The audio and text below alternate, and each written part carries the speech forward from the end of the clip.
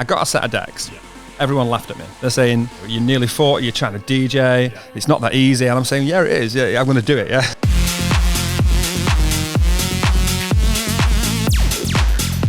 So I had 3 weeks from when I started to DJ till I was playing with Medusa. There's an element of luck involved in this game, and I don't care what anyone says. This is a numbers game, and you improve your chances of having a bit of luck if you're consistent and you work hard. What you've got to do in this industry, and this is what I do, what is a big hack in this industry is this. Welcome back to the Off the Record DJ podcast, guys. Special one today. Special one. 640,000 monthly listeners. 80,000 on Instagram. Top 10 beatport regular. Welcome. Chapter and Verse. Good afternoon. Good afternoon. How's it going? I'm all right. I've rushed around. I've tried to get you here for ages, right? And you've even been in the studio. We didn't do it, but tried to get you here. Finally, you rung me about an hour ago and said, I'm coming. Story of my life. Nothing's organised. Everything's like ad hoc. But that's what you're about, though, right? Yeah, that's definitely what you are that's about. Me all over. Yeah, thanks for coming, mate. Appreciate it. Yeah, mate, you've had tunes out on Toolroom, Hedix, Ultra Records, Atom, House of Records, all that stuff. But what's mad is, this has happened rapid. This has happened pretty quick because, I'll tell you why, because we've known each other for a while, right? Yeah. Used to go out partying in local clubs that I used to DJ at. I remember doing a festival in Sheffield called Bass Fest, and you stood in a booth with me. Yeah, in the VIP lounge. In the VIP booth. Yeah. I was DJing, and you were saying to me, like, oh yeah, I'm starting to learn how to DJ. What shall I get? What shall I buy? And that was like, I don't know, 2019 or something like that. Just something like that. Year before yeah, COVID, 2018. Yeah.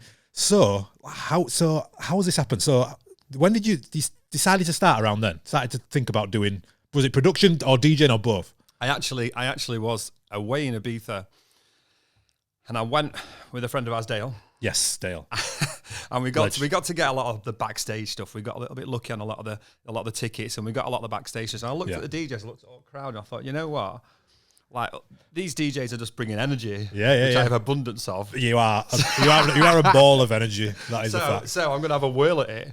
And literally, I came home a week later, and I drove up to Bop DJ. Yeah. And I'm not quite sure if I know exactly what they're called. You're looking for it. That might be one there. What's that? DDJ 400. It was a bit bigger than that. Yeah. Is it 1,000? Might be an 800 or 1,000, yeah. It was an 800. 800, yeah. Right, so I got an 800, and then I was playing on it, and DJ Manny. Yep. DJ Manny said, DJ Manny, come around and teach me how to DJ. Yeah. Came around for about 20 minutes. Yeah. You can ask him, 20 minutes. Yeah. So I can't got much more time. I said, that's fine, that'll do. Yeah. Right. 2 weeks later, I ended up coming back to Bop DJ 2 weeks later and swapping it for an RX. RX2, maybe, or 1? Two, yeah. An RX2 with a center console and left and right decks. Yeah. And then a month later, DJ Manny lent me some Nexus 1000s. Yeah, God, they're awful, aren't they? Terrible. It's good to learn on, but the jog wheels are so wobbly. Wobbles. And a mixer. Yeah. Something. Pioneer? Denon? Allen and Heath? Allen and Heath, yeah. Zone 1 or something like that. Yeah. So an Allen and Heath. Yeah. And then literally that's what I learned to DJ on. Was it? So yeah, and you know what? I kind of got rid of the RX2.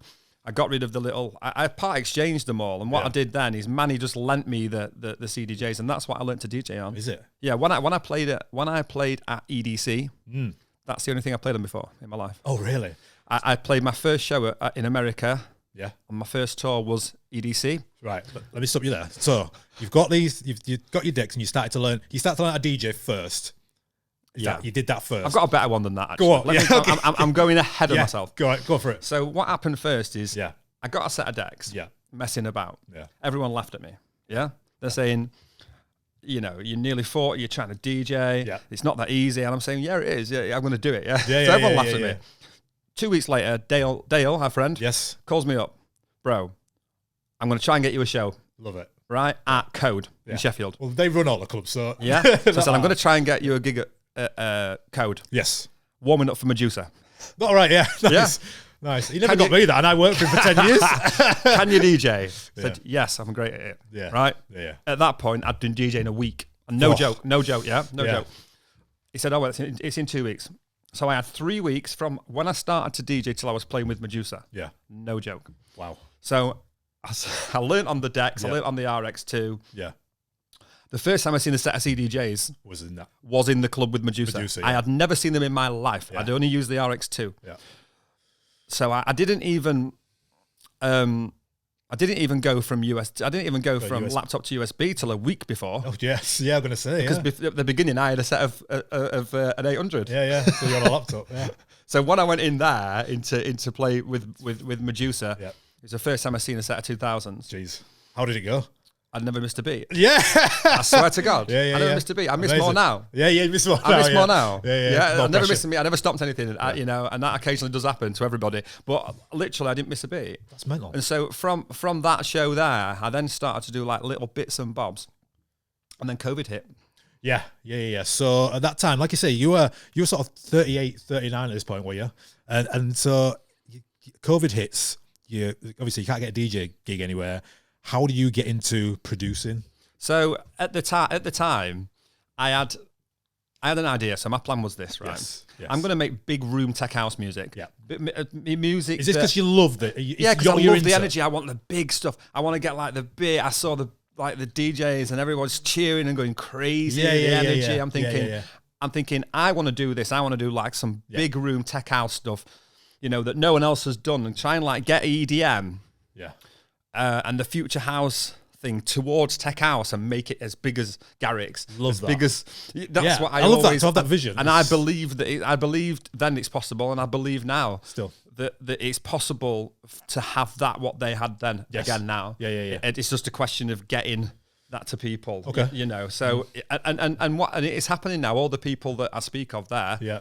You know, come to me for music. Yeah. And they do. You know, whether it's Steve Aoki, whether it's Dimitri Vegas, they all come to me and they all want music. Love that. You know, so it is possible, and it's just takes a little bit of time. Yeah. So you had this vision. How did you start producing? Did you forget a mentor So or something? I went to Mastermind Studios. Yeah. With Scott Lowe. Yes. The biggest legend on the planet. Scott Lowe, yeah. Producing legend. And Carl Howson. Right, yeah. Do you know Carl? I've never met him. No, he is. And Mastermind Studios at the time. And so that was like the first place that I went to. That's where I learned. That's where I kind of like made that my weekly thing to go every week. Every week, like a religion. Without fail. And this was through COVID, was it? Or no, not that, obviously. This well, is a bit before. No, it was kind of like before before COVID. Yeah. But I've always been really consistent at what I do. Yeah. So I've always tried to kind of like, I got onto that sound from Dreams, which was Dreams was made in a tutorial lesson. Yeah. Was it? Well, let me stop you there. That you put a tweet out saying, to get my first record, Dreams, signed, I went to labelbase.net, manually copied every record label email address, sent the track to around 1,000 labels, and took the best offer, which at the time was €100 buyout. Right. So what happened with that track? That's mental. Is that track, when we did it in the tutorial, wasn't that great. I had the vocal all the way through it. Right. Yeah. I heard Martin Ikin. Yep. Hooked. Yes. And I heard the way he did the synth before the drop. Okay. But do you know what I want to do? I want to do the synth before the drop. That, yeah. So I've gone and I've downloaded a synth which sounded similar to it. Yeah. Right. Which is what you do. Know, the bit, that's and that's how that record came. I took the vocal completely out. Yeah. Okay. And they're like going, well, you don't want some vocal. And I'm going, no, I want it to be like this. This is what I want. Yeah. You know, and still to this day that record gets played. Yeah. But kind of when I had that record, I had nothing. I had 500 followers. Yeah. No one knew who I was. Yep. I had no shows behind me. I couldn't get any footage. I had nothing. Yep. So I literally, honestly, went onto my computer. At the time, I had a job, remember? Yeah. So I went onto the computer and I thought, where can I get email addresses from? I thought, Label Base might have them. I just kind of like Googled it, looked at the labels. What is Label Base for people who don't know? Label Base is basically a website which contains all the contact details of all the labels of all genres. Yep. And I don't know, I've not been on it for a long time, but I do know it has email addresses on. They probably don't anymore because people like me. yeah. Probably but I didn't even know at that point what a genre was. Right. So it went as like I was going, right, I'm going to go into tech house and be a tech house thing. I had no idea. Yeah. You just knew what you liked. I didn't even listen to the record. Yeah. I didn't look at the labels. I didn't do anything. I just got the email addresses. Yeah. I thought, right, if it's not for them, they won't want it. Yeah. So I'm not losing anything. If they don't like me and they block me or they say you're spamming me or whatever, then fair enough. It's not for you. Yeah. So I literally, I went on, I copied and pasted that. I copied and pasted so many, and I mean so many. Like after got a massive Excel spreadsheet of them, massive. I've still got the list now. Have you? Yeah, I've got a bigger one now. and I sent it out to them all, and then a few came back to me, giving me grief. Really? Funnily enough, they come back to me now and they don't give me grief. Yeah, I bet you don't. Yeah. But what are they saying? Don't be called emailing me. But all this about sending stuff. Mood Funk Angelo Ferrari come back to me. At that time, I was like, Angelo Ferrari, who's he? Yeah. I looked at him, he's undefected. Oh my god, he's undefected. Yeah, he's be able to play it out. I'll be able to get some footage. Yeah. That'll be amazing. Signed it to Angelo, and Angelo's like, bro, I'll sign it, but I'm only going to give you €100 because I can't be bothered to keep coming back to you with nothing, like with minus statements and with all this sort of thing. And at the time, I was like, well, fair enough. Do you get any money from it? He's like, no, you never get any money from it, so you might as well just take €100. And I was like, fair enough. Yeah. I'm not in a position to negotiate here. No. You know, I'm thinking, look, if I've got something that's going to be... Anyway, I got it. That went top 20 beatport. Really? Yeah, and it's done about 500,000 streams. Now, at that time... 5,000 was a lot, 2,000 was a lot, 1,000 was a lot. Hugely. It never got any editorials. It's just trundling along at 1,000 a day. It's still doing it now. Yeah, it just went straight to. He went on Tracksource first, up to top 10 because Angelo's got some kind of in there. Right. I don't know how, but everything he does charts. so everything. Yeah. So I kind of like from there. I kind of thought to myself, right. When I'm signing things to labels, I'm going to look at what penetration they've got in different places. Yeah. That's how I've done it. Yeah. By basically going, right, Angelo's got penetration in Tracksource. Tracksource started it off. Right. And then it kind of like went up beatport after Tracksource. Yeah, with you. So then after that, then I started to go, right, let me look at the labels. And I started studying who does what, who goes away, who gets streams, what labels do this, who does that, who's going to play it, who's going to play it, who's going to do this, who's going to do that. Yeah. And then systematically, I went through every single label that there is, just about. That's sick. And because I think that a lot of people in your position, a big thing about you is the volume of which you're operating at, and that comes through in your social media feed, your Twitter feed, and all that kind of stuff. Is even now, it's just the amount of volume. Like, for example, in December 2021, Beatport tweeted, with over 50 singles and numerous tracks in 2 years, Chapter&Verse is teed up for greatness. Well, that's 100 now. Well, yeah. I mean, this was 2021, so I think a good takeaway for anyone listening is, people will send out one demo, not get anything back, and be like, it's not for me, or... Do you know what this game is about? I was thinking about this morning. Yeah. It's about having the conviction and having the determination. And it's scary, yeah? Big time. Listen, it's scary, right? I put a tweet out, it's scary for me. I put a post out on Instagram, a few days ago, it gets no likes, nothing. That's not good for me. Right. It's about, what you've got to do is you've got to just go and take the leap and do stuff. 100%. Send it to the labels, get knocked back, carry on and carry on and carry on. And the thing with me is this: although it does affect me in a way, it does. I know I'm only human. It affects me. I don't let it affect my progress. If anything, does it motivate you? Yeah, just go right. Yeah, nothing will. Someone says no to me, I say right, and I'll just carry on, and eventually I'll get there. You said I think you put out a tweet the other day saying a knockback is like a red rag to a bull to me. I don't. It makes me. The thing is, what happens in this industry as well is a lot of people who are above you. Yeah. You'll get to a level and they then will stop supporting you. Right. I have seen it. I can list you names in the industry who are around about the same size as me, who have stopped supporting me in playing, in likes. It's only a little thing. Little things. But I can see it. It's evident. You think that's a competition thing? Yeah, they're scared. They're scared of the competition. They're scared. But ain't there enough for everyone? Well, it depends what attitude you've got. Exactly. To me, I'll support everybody. Yeah. It doesn't matter to me. I'm not bothered about anybody else, so I don't see anybody else has taken up my space. And I back you on that because, like I was saying about volume, anytime I'm scrolling Instagram, especially on Crossfader, we follow a load of DJs. You've commented on every feed, like everyone's feed, likes, comments, everything. But I used to when I used to be I don't like to use when I was smaller. Smaller. And I don't like to use that in any funny sense. No. I used to if I used to comment on somebody bigger, that would motivate me. I'd be like, oh wow, and I'd screenshot and go, oh, someone's giving me a comment, and I know that helps people. But again, it doesn't just help them; it also helps me because it gives people go, oh, he's there again, and if you're in people's faces every single time, it is impossible for them to ignore you. 100%. And you can't win them all. 100%. You can't win them all. You can't satisfy or please every single person. Without a doubt. And is that a big thing? Because you can tell from your tweets, from your social media, that this, like, the way you're coming across, right, you don't change for anyone. Like, your voice is your voice. Is that important? The thing about what I've always done with Chapter and Verse is this: I've never ever done anything to manipulate a situation or to try and get. I don't want to belong to anyone's club, right? If you look at my stuff, it's very clear. I don't want to belong to anyone's label. Yeah. In terms of like, I'd be carried by another bigger artist. I'm not saying it does work for some people, and some people do it, but I don't want to do that. Yeah. So that's my choice. Yeah. And I will never change the way I am. I don't. I fundamentally do the same things as I've done from day one. Yeah. And whether it's commenting on 10 people's or commenting on 1,000 people's, fundamentally the way I operate is exactly the same as I've always done since day one. Yeah, and I can test to that because I've known you for, I don't know, 10 years. And that's the exact. I mean, I have got lucky in some senses at some points of time. Yeah. But this is a numbers game, 100%, and you improve your chances of having a bit of luck if you're consistent and you work hard. Look, at the end of the day, a lot opportunity will come your way, like you said with that Medusa gig, and then having a track out, and you could have gone with that track and been like, yeah, send it to a few local DJs, see what happens. But you went big, like you say, you had the vision in mind of having this sound. You went big, 1,000 emails sent, and then it just becomes part of your like ritual. Then what you've got to do in this industry, and this is what I do. What is a big hack in this industry is this: go get the low hanging fruit. Right. Do not bother trying to penetrate markets which are difficult or which are edgy, which are close clicks.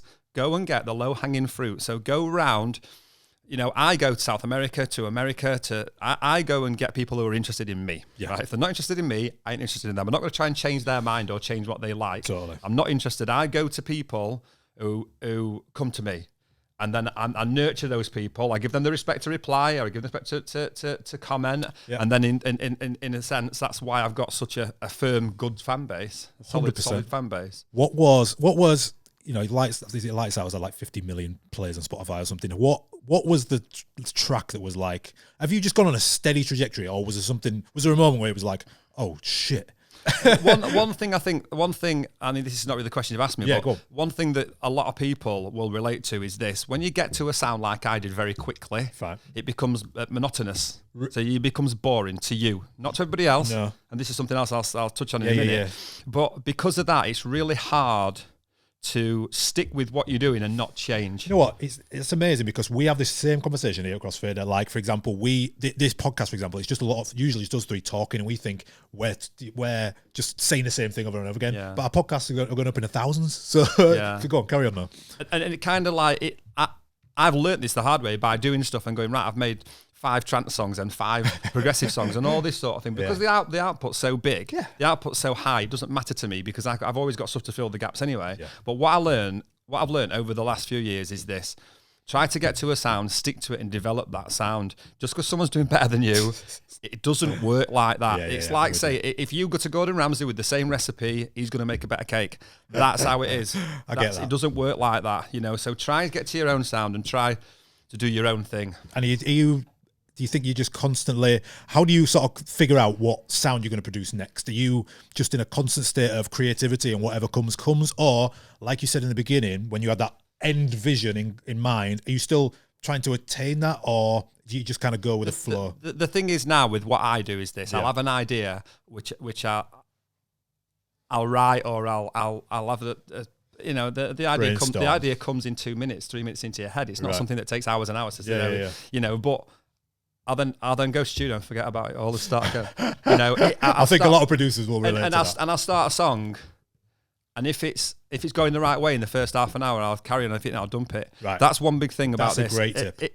Let me tell you this for nothing: the fastest ones are the best ones. Everyone says that, don't they? And not only that, if you're gonna sit there and overthink it and try and mess them out, like all this bull about, I'm just EQing my hat and all this lark, I'm putting some kickstart on my bass. It's just it's just not necessary. Simple stuff. You're better off trying to get an idea down as quick as you can and getting to that point, and then from that you can then kind of like see whether to dump it or to carry on and to keep it. Do you understand what I mean? Totally. You're better off doing like 5 a week or 6 a week ideas. Picking the best one and finalising that. Than getting one and trying to make it. Trying to draw it out. Effectively polish a turd. Exactly. Yes. You're just getting frustrated, and that's where writer's block will come in. But nobody whoever anybody is, and I've worked with the best producers in the world, a few of them. Yeah. Nobody writes hits every day. It is a numbers game because they get to sit there all day, every day, and do 2 a day, 3 a day because it's their job.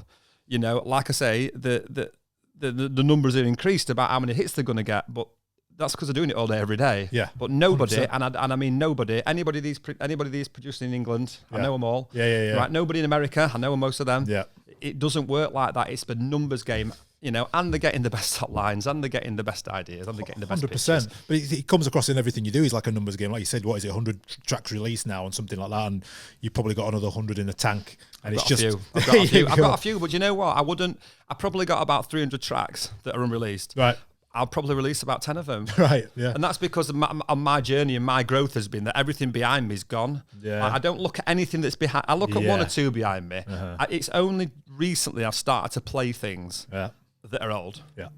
Only the last sort of last 6-8 weeks. Yeah. Before then, I've always been like, people are bored. Fact of the matter is, no one knows who I am.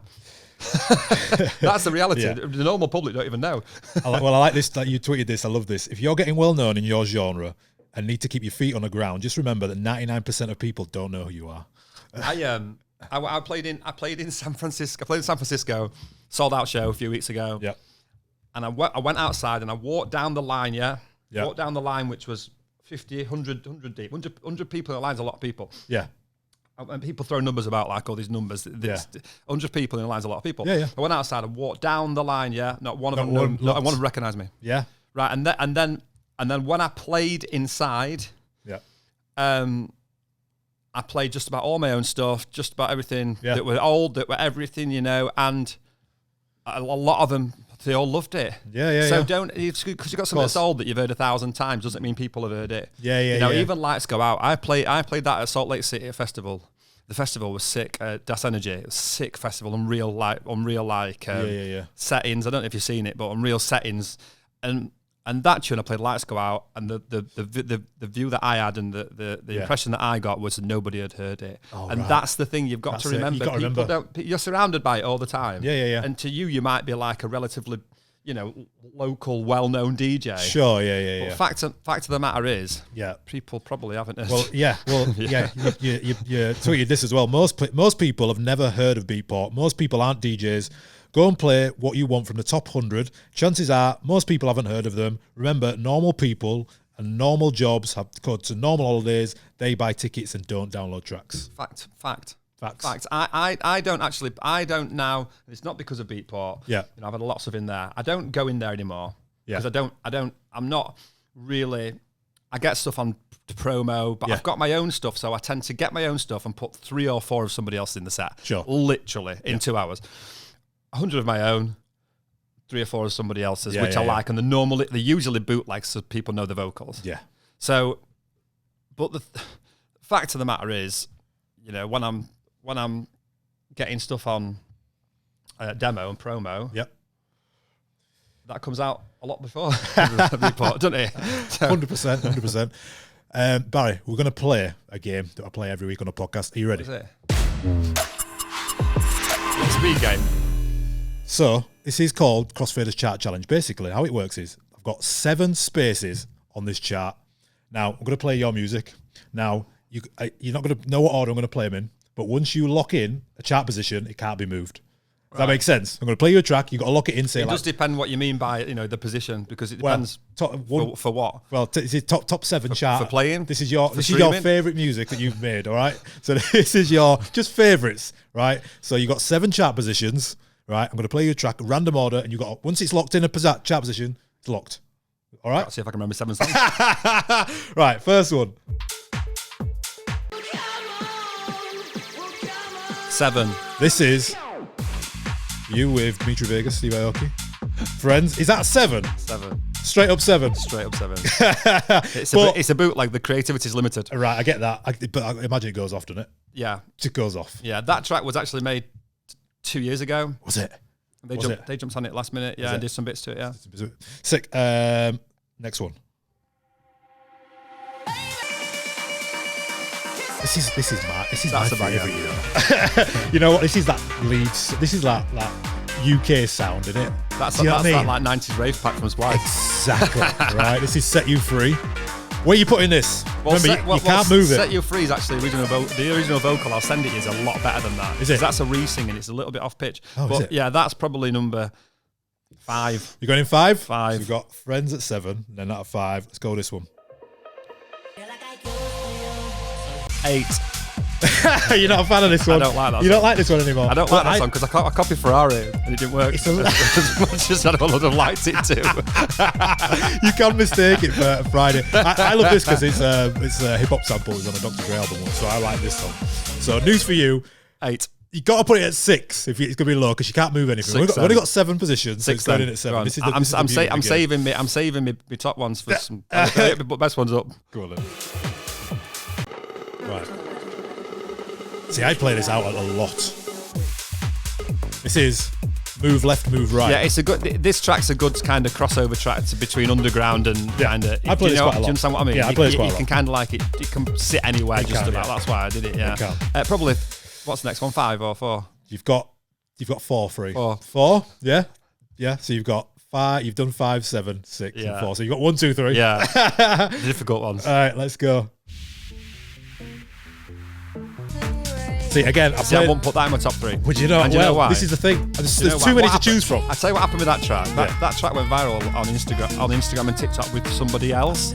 Yes. The label then came to me and said, "Will you do this before it comes out for somebody else?" And so I said, "Love that. I'll do it." Yeah. So I did it, but the creativity again is low. It's just lower. I wouldn't like to include that. Well, what's mad is so I played this version when that other version was going viral. And it's going off because obviously that to be fair, that version everyone knows a vocal. Yeah. That version technically is constructed a little bit better than the other one. The other one's made it maybe for a radio. The other one's like a 2 minute 15 track. So that's going at 3. No choice. In the dark. You see the problem there. In the dark. You're missing one of them, which is one of the best tracks I've ever done. Well, this is the thing. You've got too many. Which one it is? I don't know. We'll go to that one. But in the dark, that's gonna have to go 2. It's gonna have to go 2, isn't it? That's Poppy Bascom on there. All right. Yeah, that's good. I love the visuals. Underrated that song, to be fair. It didn't get as much as I would like it to get, that song. I've got this. You talking? Well, that's not number 1. Right, I'm going to play your number 1 after, but you're going to have to put it in number 1, aren't you? Or number 2. The number 1 or number 2 would have to be is either Ashes or Lights Go Out. I'm going to say it's got to be. It's got to be. So Lights Go Out has got what, 15 million. The thing with Lights. When did Lights Go Out come out? When did that come out? 2 years ago. Yeah. The thing with Lights Go Out is this: Lights Go Out came off the back of Ashes. Ashes is the real pioneering track. Right. The new song that I've just done. Yeah. See, this song was. I sat down and I wanted to make a riff like Coldplay Clocks. And that's where the riff came from. Is it? Yeah, that makes sense.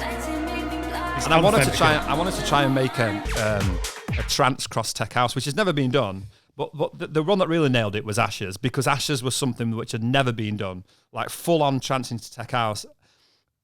With these tracks, if you get lucky on a playlist, that's where you get your streams from. So I got lucky on Dance Party with Ashes. Yep. That's done 10 million. Jesus.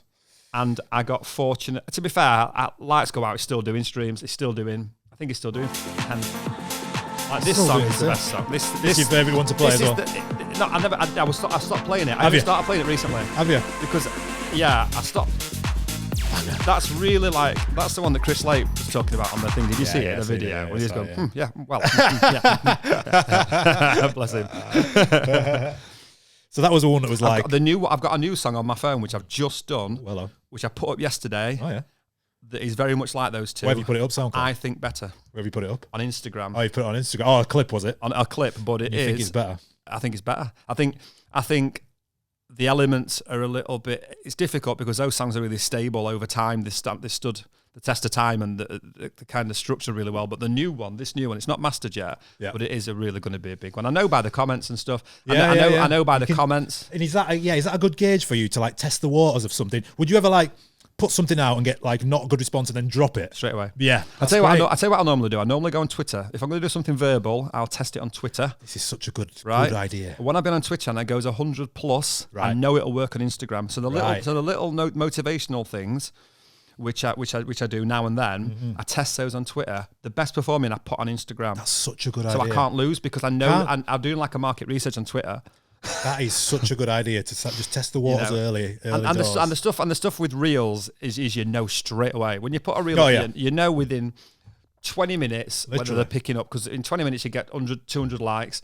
Yeah, or you get 2 or 3, and that is the reality of it. It's not a question of the quality of the content. It's a question of whether it gets shown or not. You know, and a long time ago, I learned this about Instagram: do not concern yourself with making perfect visuals. It is irrelevant. Irrelevant. Yeah, we tell that all the time. I look at people. I look at little DJs. I don't be disrespectful, but we've got 100, 200 followers. We've got reels. They've got 1 million things because they're doing the same thing every time. Every time, consistent. The same thing every time, and a lot of these songs. Like that Campbell one there, like that one. Yeah. Well, that song there got big because he put it was just at his desk, wasn't it? Yeah. He was just at a desk and it went viral. And it went viral. Yeah. Get your face in. Get your face in. Get your face in. Number one rule of Instagram: get your face in. 100%. And it doesn't matter about anything else that's surrounding you. Yeah. It doesn't matter. Get your face in and be consistent. How do you, for like any beginners in there, you're like, right, I'm going to start putting music out. I'm going to show my face on Instagram. What is the sort of basics to getting your track signed? Is it, like you say, is it just finding emails, or is there another way that people can do it now? Do you know what I do? Like, do you know now it's so difficult. I get so many bigger artists who are big, right? Who come to me and they're like Barry, like, how do you get stuff listened to, even signed? Yeah. I'm very fortunate. Like, I don't know why, but I'm very fortunate. I get the opportunity to sign to a lot of labels. Yeah. Every single record I do, I can sign it anywhere, right? I'm in a deal with Hedix. However, they do want specific records, so they a lot of the time will say, okay, you can release it elsewhere. That's the deal I've got with them. Love that. And then we'll send it to 5 or 6. So even now, 5 or 6 are the big ones. And then I'll take the best. Yeah. Even now, I don't sit there and go, oh, well, I'll send one and then go, oh, can I sit on it for a month? No, you can't. No, you can't sit on it for a month. Yeah. Do you want it or not?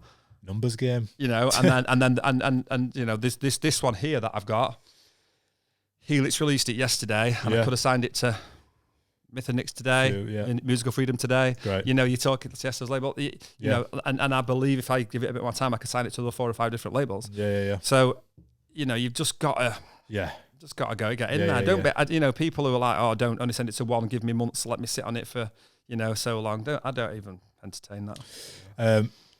You've just been in America for a month. Yeah. In Florida. Yeah, I stayed in Florida. Yeah. The last 12 months, just looking at your Instagram has been like chaotic and insane. But like, you've gone to every corner of the earth. Any like, you've got like top 3 standout shows where you're like, the thing about America is this, and what everybody sees is this, and this is like my complete honesty. Yeah. It's hard. It's hard for me to get shows. I've got the best agent in America. Right. It's hard. The competitions, but as the funnel goes up, it gets narrower. Sure. And it's a lot. The bigger you get, the easier it doesn't get. That's honest. The harder it is because they've got a choice of people at my level. Yeah. And then it boils down to what song you've got on them at the time. That's and what you know. You understand what I mean on big tunes, but America, I've got some more stuff coming up. Salt Lake City was so super sick. Was it? Splash House was flooded. I've heard about this Splash House. Flooded, tornado, everything. I did a 2-hour Uber to get there. Oh, really? Flights got cancelled, everything. I went through a hurricane, went through an earthquake. Oh, Jesus. Go ahead. Was it cancelled? No, it was all right. They moved it inside. Did they? Just went inside? The hotel was flooded. Oh, Jesus. So, you know, to be fair, I don't mind where I play as long as it's busy. I don't care. I don't mind where I get, you know, where I get put, because my agent deals with that. Of course. Salt Lake City was a sick. When I went there, I went on the stage, there was probably 200 people there. Was it? By the time I finished, there were about 10,000. Yeah. And no joke. After about 20 minutes, about 10,000. Yeah. Literally. Like, that's how it works. In a lot of these shows, like, I played Housey and that was sick. I've played so many places though. Like, you know, people with numbers, people do talk absolute rubbish. Right. So like, if you play to 500 people, it's a lot of people. Yeah. Like, people go, it's only 500. It's a lot of people. 800 people's a lot of people. Sometimes you'll enjoy that more. You know, 1,000 people's a lot of people. You know, 10,000 people's a preposterous amount of people. Yeah, exactly. Yeah. You know, but I go to them all, and it depends. You know, I have my up and down shows. Sometimes I go places and play rubbish, and I do. Sometimes I go places and play crap. And that's honesty, because, like, you know, like you say, social media is not a reflection of reality at all. So you'll see a lot of DJs just posting up the best shows because, you know, you're not going to post it. So sometimes I go and play rubbish. Sometimes I play good. Sometimes I smash it. Sometimes I don't. Yeah, that's reality. That is reality. And when you play in live shows, sometimes you do make a mistake. Of course you do. You know, but majority of people don't ever see it. But if you know, that's how you stay humble. Big time. You know, and you know, by thinking that you're great and you never make any mistakes, you know, it's not. You know, and there's some of the bigger DJs that are a bit like that, and I look at them and they're not very good anyway. You know what I'm saying?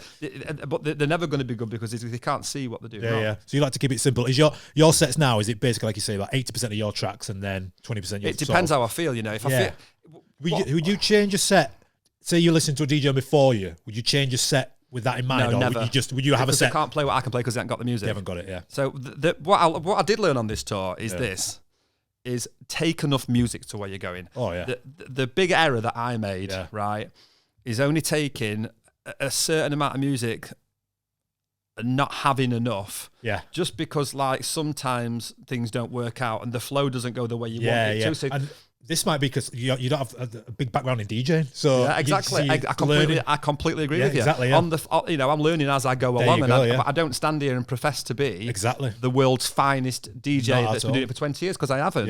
But one thing I do know is that what you can do, what sometimes a good idea to do, is if you've got enough music, if you're going somewhere and it's not great, start again. Right. So get another tune and start again. Right.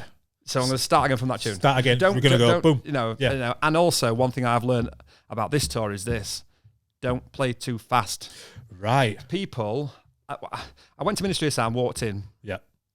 Tech house night, sold out show, wicked. Went in. I thought, this sounds fast, man. Like, this sounds hectic. This sounds like modern day tech house, UK tech house. Fast doesn't work because there's too much in it. So I'm like, this is fast. So I got my phone out. I've got beat tapper on BPM. I'm tapping it. About 133. I'm tapping it 134. I'm thinking. But it was tech house. Tech house. Like my tech house at 134. But right? I just pitched it. And I'm thinking, this doesn't work, right? Then I went to Houston and went to an after party with some guys who were doing Burning Man. Yeah. And they were playing at 122. Right. Well, this is sick. Like, so I'm listening. Like, this is sick. Like, I'm listening to it. This is sick. So go, do you want to come and jump on and play? Ooh. So there's me thinking, right, I'm going to go come straight banging in at 130. like that's what I used to do. I used to go and go, right, if you're playing at 128, I'll play at 129. Right. Yeah. Doesn't work like that. No. Right. Once you've had a bit of experience, slowing it down is cool. Love that. Right. Love that. So I've got the Burning Man guy. So I played at 124. Yeah. Right. Sick groove. Sick groove. Cool. Yeah. And that's one big thing that I did learn. Go with enough music and slow down. I love that. Like you say, just learn as you go and taking it. And like you say, your sound is just changing, like, and evolving over time. Constantly. Yeah. Changing. It's a question of kind of like getting the balance where it's not completely changed. It's always treading a thin line. When you do what I do, you're treading a thin line between commercial and underground, between what's cool and what's cheesy. You know, and are you consciously thinking about that as well? Yeah, you're just trying to balance it. I'm trying to balance it between what I like and what I think is going to work. Sure. You know, but what I did realize is this: play your own stuff. Like, that's one thing I did realize. For a long time, I'd be like really shy about playing. Oh, really? That's songs. Interesting, isn't Just because I've moved on since then. I think that's crap. I made that when I first started. That's rubbish. Missing this is missing that. And this is amazing because it's like even like a DJ mix or anything like that, even though like, you know, your track Dreams or whatever will have 500,000 streams, you listen back and be like, God, it's not great, you know, and it's just, you get better every time you do it. Well, ironically, I play that track out now and everyone loves it. And so that's one thing that I have really learned is that no one knows who you are. The biggest thing about DJing, you know, I could go and say, right, to somebody, you know, it's like someone like Rez or Nightmare in America or James Hype. Yeah. No one knows who they are. Yeah. We're not in that world in the real world. Do you know what I'm saying?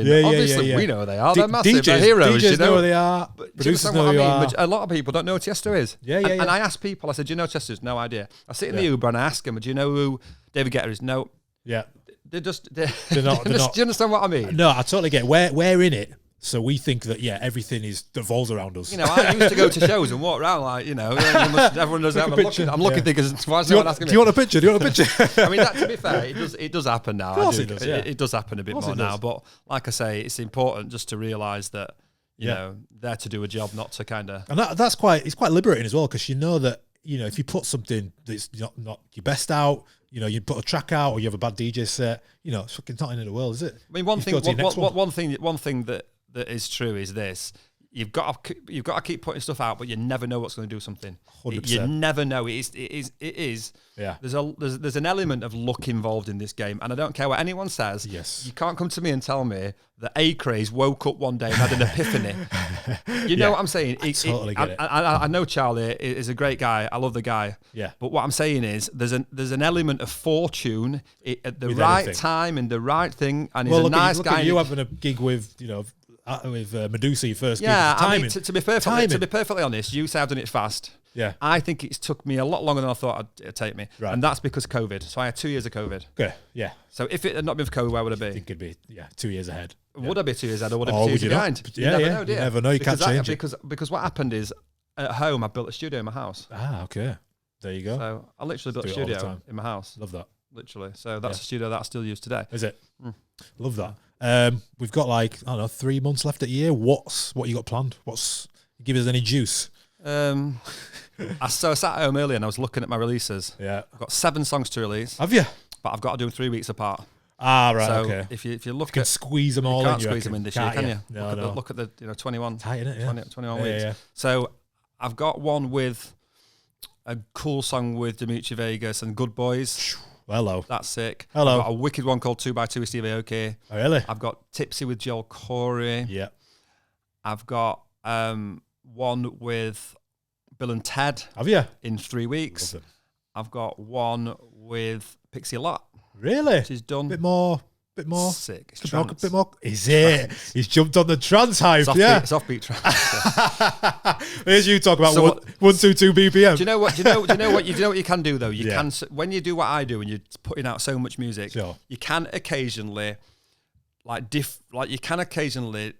Yeah, away from what you do, and you might get a different penetration of thing. But you have got to make sure that you stick to your root fans. Yes, but you're doing that because of the volume. You can go, right, we're going to give you trans for a few weeks. Yeah. Because in 6 weeks, I'll have another.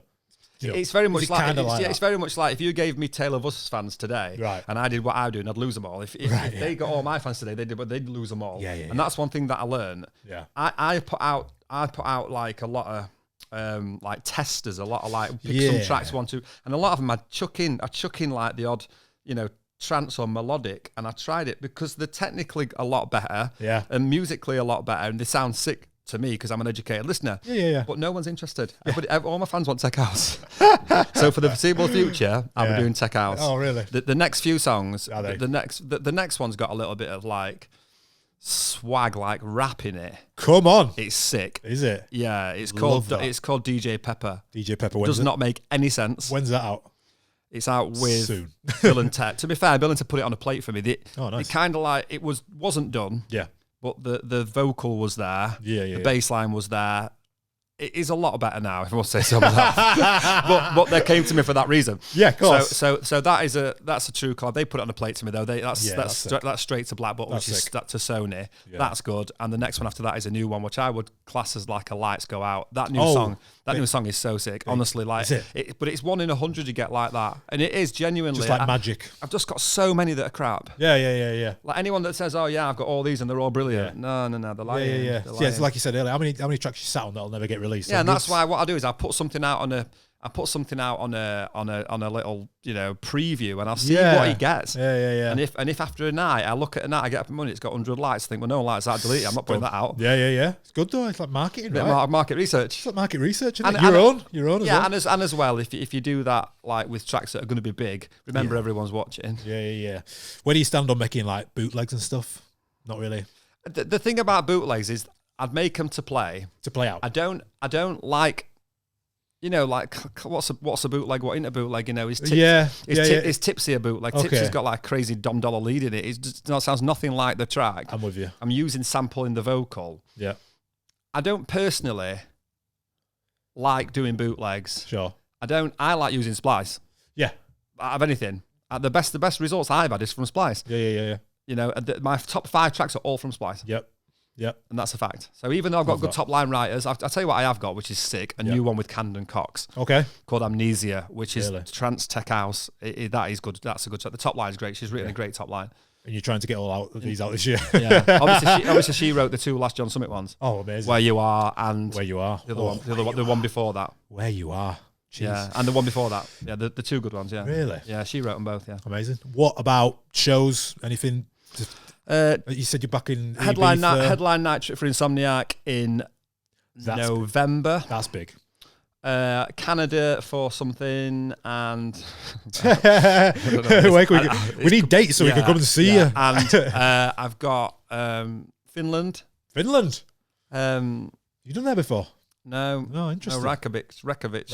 Yeah. I've got 2 weeks time. 2 weeks. Last Tuesday is Ushuaia again. Doing Ushuaia again? Yeah, which I love. Do you know Ushuaia? When I went to it, I went on the stage. Yeah, there was 20 people in it. 20 people in the what? place. In the place, the 20 people. Yeah. And by the time I finished, it was full. Full. It's a sick unreal venue. It's just hard to play when you look at it and you think, oh my God, there's 20 people there. It's vast, isn't it? It is, yeah. But when they all come, when it comes, and when at the end you're like looking around, you just think, wow. Is that for the Dimitri Vegas? Yeah, show? And I've got a few. I think I've got a ministry with them as well. And I've got a few bits about it. To be fair, in terms, I see it as being 6 weeks off because I'm not in America. So I know I've got 3 weeks in October on the bounce, but I've got 5 weeks off, and just about 5 or 6 weeks off, and then I'll be able to make probably a good 30 tunes. Yeah. And out of them 30, I'll be able to get a good 3 or 4 that are good. That's what I'm hoping for. This is the game. This is the number. But it's potluck. I might have 10 that are good. I might get none. Yeah. Potluck. Any shows in UK where I can come and plug VIP? Ministry. Love that. When I played Ministry last time, yeah. After 133, this is where you had the 133 BPM. Do you know what? They were openers. Oh, right. Okay. But what I'd say to people is that, don't think it's a race to try and play as fast as you can. No way. Going back onto the old thing. But and to be fair, the UK's a difficult market to penetrate. Very tough at the UK. Very tough. The market's tough. It's just not the same, is it? It's difficult. A lot of the clubs are short. You know, we've only got 6 months a year, and it's all the festivals. I got 3 months. I should have played at Creamfields, right? So I got offered Creamfields. I had to turn it down because I was in America. Yeah, which is no problem. I'll do it next year. Yeah, that's the only show I got offered in the UK. Right. So God knows how difficult it is for people who don't release music or who have got no profile. Yeah, it's incredibly difficult. You just got to keep trying. I've got to keep trying every day. I keep trying every day. I keep trying, and I don't work any less hard than I used to now. I work more. I work harder. Yeah, because you know it's difficult for everyone. It's difficult for everybody. Yeah, honestly, I think that's a great way to sort of end this podcast. Keep trying. It's a numbers game, and even yourself is getting knocked back, putting out millions of shit, hoping something sticks, and just trying to figure it out. Yeah, I mean, I've got the contacts for every label there is. I can go speak to people that own the label, run the label, everything. I go to them, and to me, it's kind of like a bit of a game. Yeah. I go here, then here's 5 tunes. We take some. No, okay, I'll be back soon. And that's what. I got that this week. I got that this week. I get mixed off lineups all the time. Yeah. I just got to carry on. You just carry on, and if something's not right and something's not working out, put it to one side and move on. Keep going. Mate, on that note, we'll end it there. Listen, I could talk to you for days. Thank you, but thanks for coming in, mate. That's why I'm called Chapter&Verse. We do appreciate you coming in, though. We do appreciate you coming in, mate. Thank you. And Ministry of Sound, I'm coming. See you, mate. Love it, mate. See you, mate.